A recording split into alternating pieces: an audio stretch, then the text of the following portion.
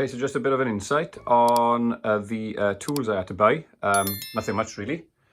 So this was for the entire bike build, apart from the hex keys and the spanners.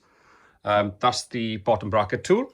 Nothing special. You've literally got two pieces of acrylic on a threaded bar, so you could make that yourself. This was extremely handy. Telescopic magnetic device. It's surprisingly easy to route the cable through the frame.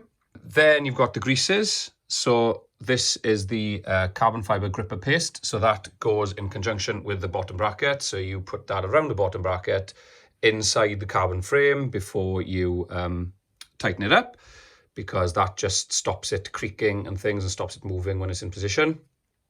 Obviously the red lithium grease and the standard lithium grease for every other purpose pretty much, including bearings if you need to replace your bearings. Then you've got the chain devices, so that's just little pliers, and then this is another device for pulling the links out of chains or popping the links out, but it is quite fiddly, especially when you've got to balance the chain and the weight of the chain, but on like 2 or 3 attempts I managed to do it. And then this was featured in the video as well. That's your bog standard 80p job tightener for your cassette in the back.